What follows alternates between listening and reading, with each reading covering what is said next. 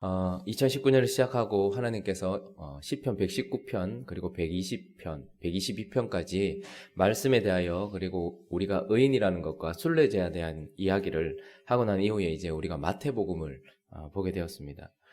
사복음서 중에 가장 조직적으로 가장 아주 잘 짜여진 구성을 가지고 있는 이 마태복음은 사실 아주 유대적인 성격을 가지고 있습니다.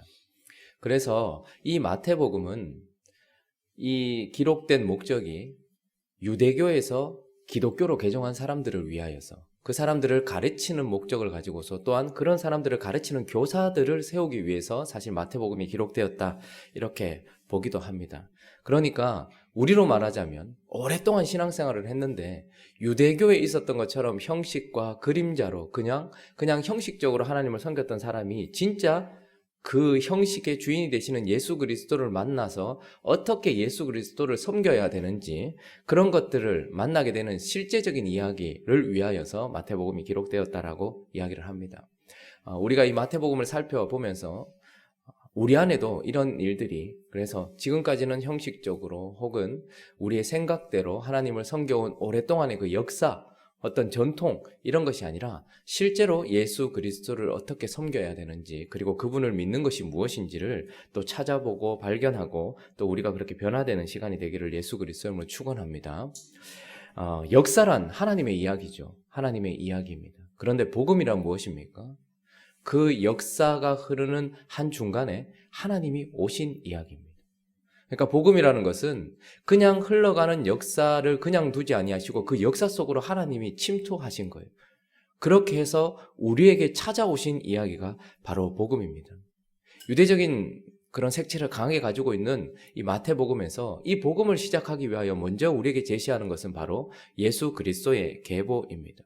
이 계보를 통하여서 복음이 우리에게 어떻게 오게 되었는지를 역사적이고 그리고 사실적으로 우리에게 보여주고 있는데 이 계보가 가지고 있는 그런 의미, 이 족보가 가지고 있는 어떤 그런 의미들을 오늘 한번 살펴보려고 합니다. 먼저 이 계보는 이 예수 그리스도의 계보는 하나님의 언약의 성취다라는 것을 우리에게 보여줍니다.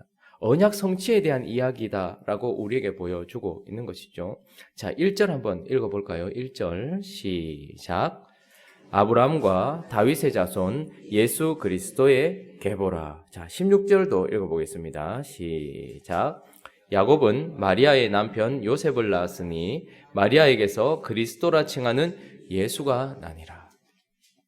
아브라함과 다윗의 자손 예수 그리스도의 계보라. 이렇게 얘기합니다. 무슨 말입니까? 지금 마태복음을 통해서 하나님께서 우리에게 말해주고 싶은 것은 예수 그리스도께서 이 땅에 오신 이유는 바로 아브라함과 다윗에게 맺었던 그 언약의 성취로 이 땅에 오셨다라는 것을 말씀하고 싶은 거예요. 창세기 17장을 한번 가보시겠습니다. 창세기 17장 7절 말씀 7절부터 9절까지 한번 보시면 구약성경 20페이지입니다. 창세기 17장 7절부터 9절까지 말씀을 한번 읽어보겠습니다. 자, 시작. 내가 내 언약을 나와 너 및 내 대대 후손 사이에 세워서 영원한 언약을 삼고 너와 내 후손의 하나님이 되리라. 내가 너와 내 후손에게 네가 거류하는 이 땅 곧 가나안 온 땅을 주어 영원한 기업이 되게 하고 나는 그들의 하나님이 되리라. 하나님이 또 아브라함에게 이르시되 그런즉 너는 내 언약을 지키고 내 후손도 대대로 지키라. 이렇게 얘기합니다. 자, 이 말씀을 듣는 순간 아마 아브라함은 자신의 아들이라고 생각했을 것이고 창세기를 쭉 읽어가는 우리도 이 언약은 아브라함과 그의 자손 이삭을 놓고서 이야기했나 보다 이렇게 생각할 수 있습니다. 그러나 하나님께서 맺으신 이 언약, 내가 영원히 너희의 하나님이 되어주겠다. 내가 너희에게 땅을 주겠다. 내가 너를 통하여서 복의 근원이 되게 하고 모든 민족들이 복을 받게 하고 내 후손을 통하여서 복을 받게 하겠다라는 이 언약은 사실은 갈라디아서 3장을 가보시겠습니다. 3장 16절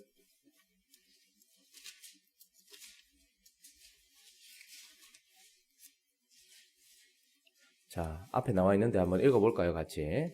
자, 있습니다. 시작. 이 약속들은 아브라함과 그 자손에게 말씀하신 것인데 여럿을 가리켜 그 자손들이라 하지 아니하시고 오직 한 사람을 가리켜 내 자손이라 하셨으니 곧 무슨 말입니까? 이삭에게 약속한 것이 아니고 아브라함과 그의 후손이 될 누구를 가리켰다는 거예요. 예수님을 가리켰다는 거예요. 그래서 지금 마태가 복음을 시작하면서 마태복음에서 아브라함과 이렇게 시작하는 것은 하나님께서 그 처음 창세기에 맺으셨던 그 언약이 지금 예수 그리스도를 통하여서 성취되었다. 이걸 지금 선포하고 있는 거예요. 하나님은 약속만 하시는 분이 아니다. 하나님은 성취하시는 분이다. 이렇게 이야기를 하고 있는 것입니다. 그리고 다윗의 자손이라고 이야기를 하죠.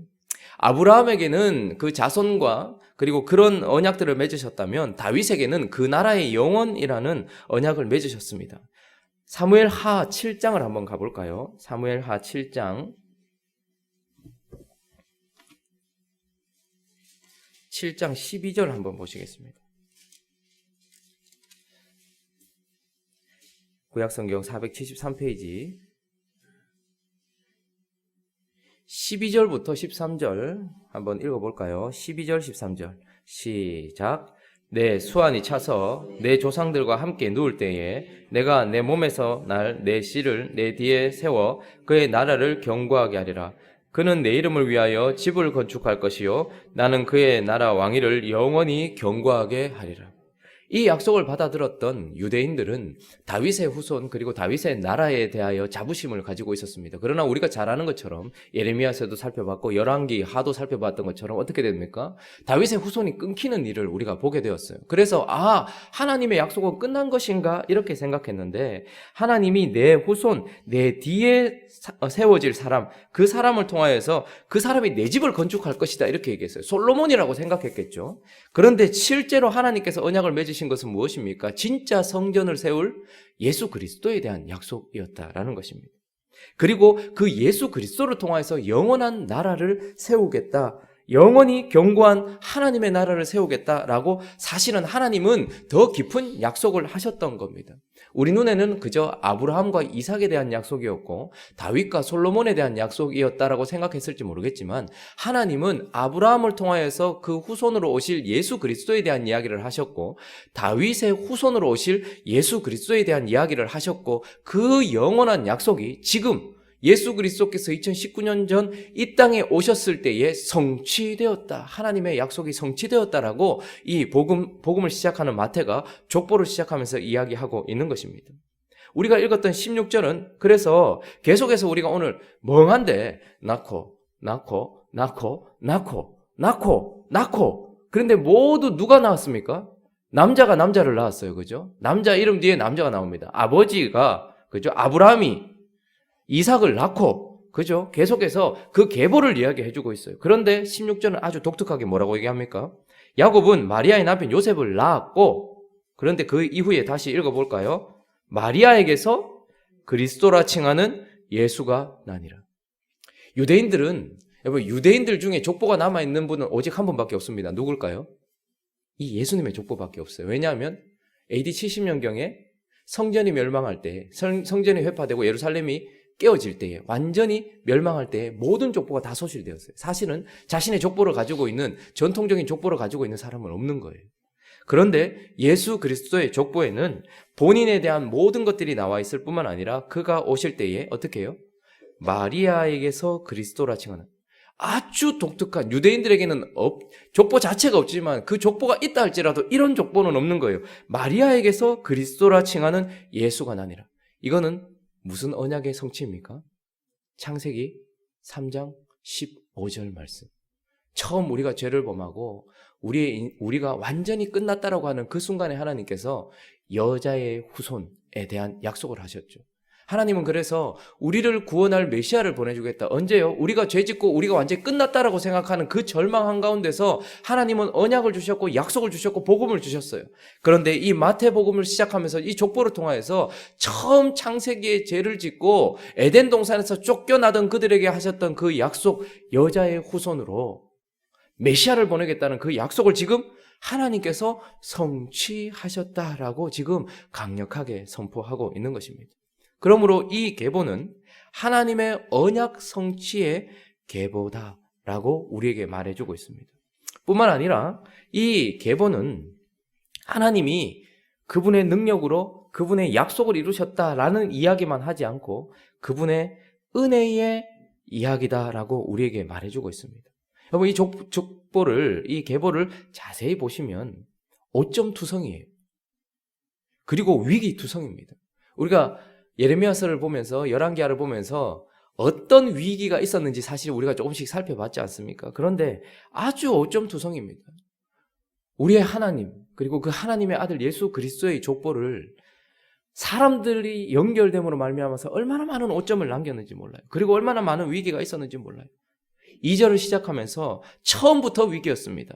아브라함이 이삭을 낳고, 이 짧은 9절 안에 얼마나 큰 위험이 있었는지 아시죠? 아브라함이 창세기 12장에 부름을 받고 너는 너의 본토 친척 아비 집을 떠나 내가 내게 지시할 땅으로 가라. 내가 내게 큰 민족을 이루고 내게 복을 줄지니 너는 복의 근원이 될지니라. 이렇게 약속을 받고 믿음으로 출발했던 그 여정에서 기근이 오자마자 그가 어디로 내려갑니까? 약속의 땅에 머무르려고 했는데 기근이 오자마자 이집트로 내려가 버려요. 그리고 그곳에서 혹시 자기 부인의 아름다움을 보고 자기를 죽이고 사라를 데리고 갈까봐 뭐라고 얘기합니까? 내 누이다라고 속였고 그 말을 듣고 이집트 왕 바로가 사라를 데리고 가버렸습니다. 이건 그냥 여자 하나 뺏긴 이야기가 아닙니다. 하나님의 계보가 이어져야 되는 아브라함부터 시작된 그 계보 처음부터 바로가 침투함으로 말미암아서 이게 끝날 위기였어요, 사실은. 그런 상황 속에서 하나님께서 어떻게 하십니까? 적극적으로 개입하셔서 바로의 꿈에 나타나셨고, 그리고 사라를 더럽히지 아니하고 다시 어떻게 해요? 그 거룩한 씨를 이어갈 수 있도록 다시 돌려보내주신 이야기죠. 그러니까 우리는 아브라함을 무슨 조상이라고 합니까? 근데 정말 믿음이 없었어요. 죽을까봐. 그런 믿음 없음에 대한 위기를 하나님께서 스스로 극복하시고 그것을 헤쳐나가셔서 우리에게 이삭을 주신 이야기입니다. 그러니까 이 계보는 은혜의 이야기인 것이죠. 아브라함은 스스로가 그냥 여자 하나 뺏긴 정도가 아니었습니다. 예수 그리스도가 오셔야 되는 그 계보를 처음부터 끊을 위기였지만 하나님이 그 속에 적극적으로 개입하신 이야기였습니다. 그리고 족보에는 사실 여자가 등장하지 않습니다. 그런데 예수 그리스도의 족보에는 5명의 여자가 오늘 등장하고 있죠. 그런데 모두 다 보면 마리아를 제외하고는 이방인인데다가 아주 부끄러운 모습을 보여주는 여자의 이름들을 보여주고 있습니다. 예수 그리스도의 족보에 이런 이야기가 들어가는 것이죠. 3절 보십시오. 3절 처음 시작할 때 뭐라고 얘기합니까? 유다는 다말에게서 베레스와 세라를 낳고, 다말은 누굽니까? 유다의 며느리입니다. 실수였죠. 며느리인지 몰랐어요. 그러나 이것은 용서받을 수 없는 치명적인 실수였습니다. 어떻게 며느리와, 그죠? 그의 악함이 며느리에게 자기 자식을 주지 않았던 것, 그 잘못에서부터 시작하여서 그의 음란함이 또한 이런 성관계를 가지게 만들었던 것은 사실이지만 어쨌든 유다는 며느리인지 모르고 그런 행동을 했습니다. 이렇게 우리의 실수까지도 하나님은 어떻게 해요? 극복하시고 넘어가시면서 그 은혜로 덮으셔서 유다는 다말에게서 베레스와 세라를 낳고 그리고 베레스로 이어지는 족보를 하나님께서 계속해서 이어가고 계시는 것입니다. 5절에 또 다른 여자 이름이 나오는데 살몬은 누구에게서요? 라합에게서. 라합은 가나안 여자였고 특별히 가나안 땅 첫 번째 성 여리고성에서 뭘 하던 사람이었습니까? 기생이었습니다. 몸을 팔던 사람이었습니다. 그런데 그에게서 보아스를 낳는 예수 그리스도의 족보를 이어가고 있는 거예요. 죄악됨도 넘어가 버린 것이죠. 신분의 비천함도 하나님께서 은혜로 넘어가 버린 겁니다. 그리고 보아스는 그 뒤에 누구에게서? 룻에게서. 룻은 믿음을 가지고 있는 여자이긴 하지만 그러나 그 여자의 배경은 무엇입니까? 모압 여자입니다. 모압. 신명기 23장 3절에 보면 암몬과 모압은 여호와의 총회에 들어올 수 없다라고 이야기합니다.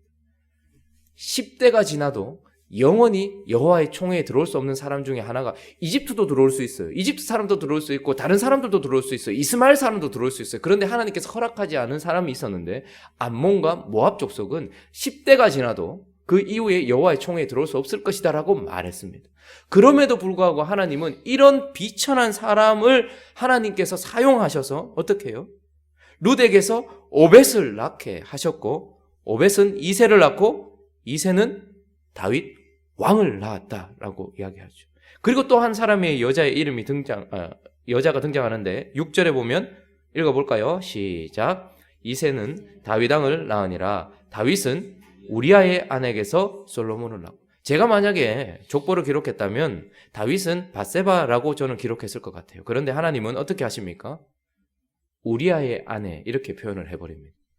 다른 아내를 빼앗아서 그가 죄 지은 것까지 하나님께서 그대로 고스란히. 그러나 이런 다윗의 죄악에도 불구하고 어떻게 합니까? 하나님은 솔로몬으로 이어지는 역사를 계속해서 이어오셨다라고 이야기합니다.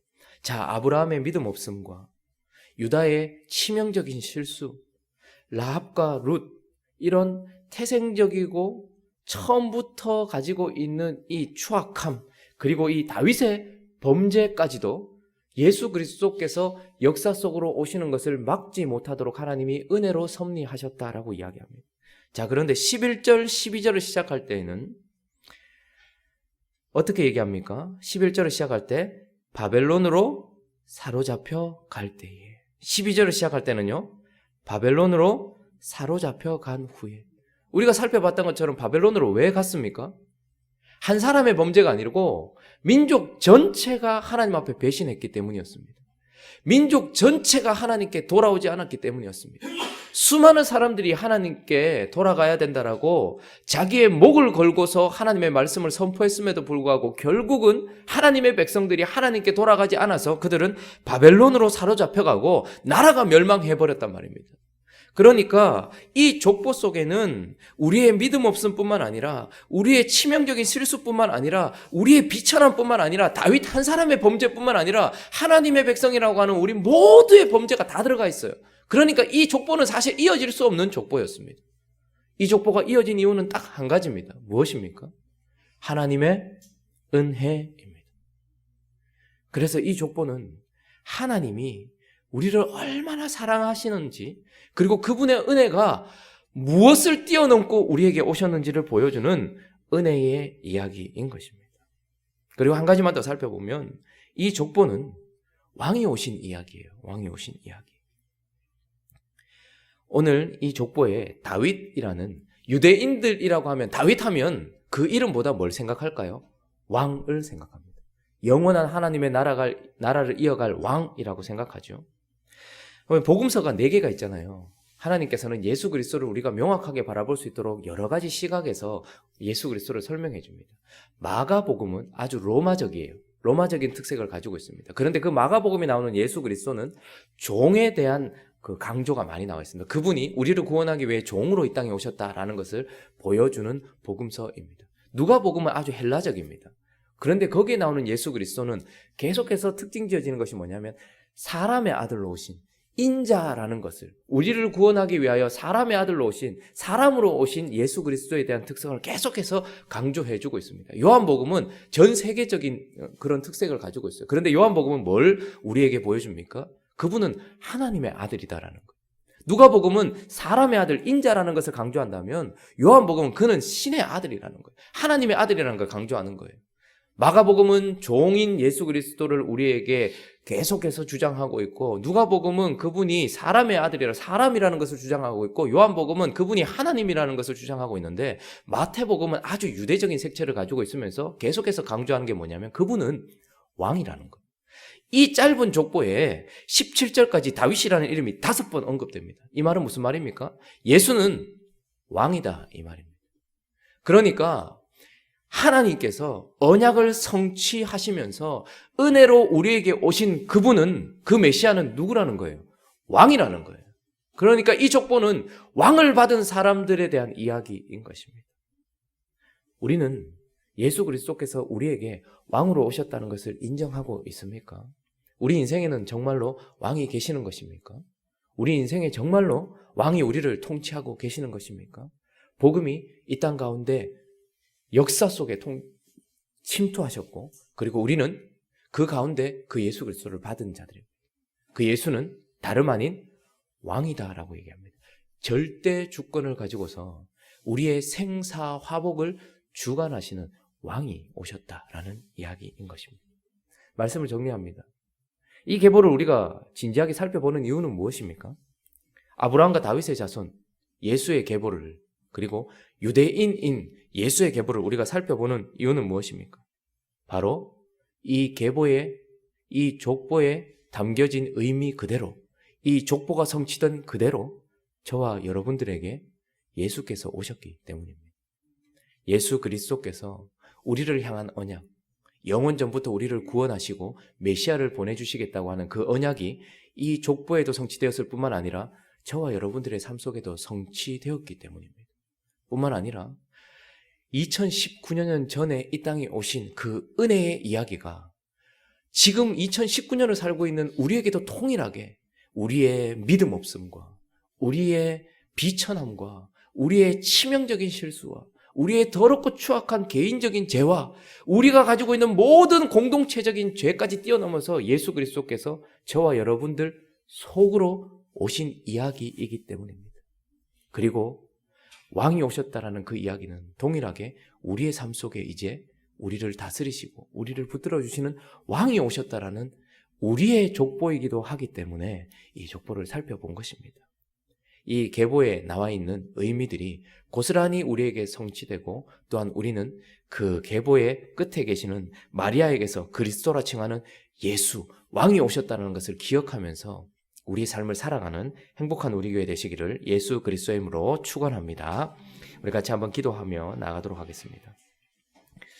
아브라함과 다윗의 자손 예수 그리스도, 마리아에게서 그리스도라 칭하는 예수가 역사 속에만 오신 것이 아니라 저와 여러분들의 삶 속에 오셨습니다. 그 복음이 이제 실제로 우리 안에서 역사하고 계십니다. 그것을 계속해서 자세히 살펴보며 은혜 가운데서 하나님의 은혜를 누리고 또 하나님을 더 깊이 사랑하고 그 복음이 우리에게 실제가 되는 시간이 되어질 수 있도록 그저 성경 한 권 한 권 정도를 지나가는 이야기가 아니라 그 한 권 한 권이 담고 있는 의미들을 살피고 그래서 우리가 계속해서 변화되어져가는 복음으로 변화되어가는 자신이 되어질 수 있도록 그렇게 기도하시고 각자의 기도 제목들을 가지고 그리고 오늘 이 한 주도 이번 한 주도 하나님의 은혜 가운데서 풍성하게 하여 달라고 또 각자의 기도 제목들을 가지고 함께 기도하며 나가도록 하겠습니다. 기도합니다. 거룩하신 하나님 아버지 감사합니다.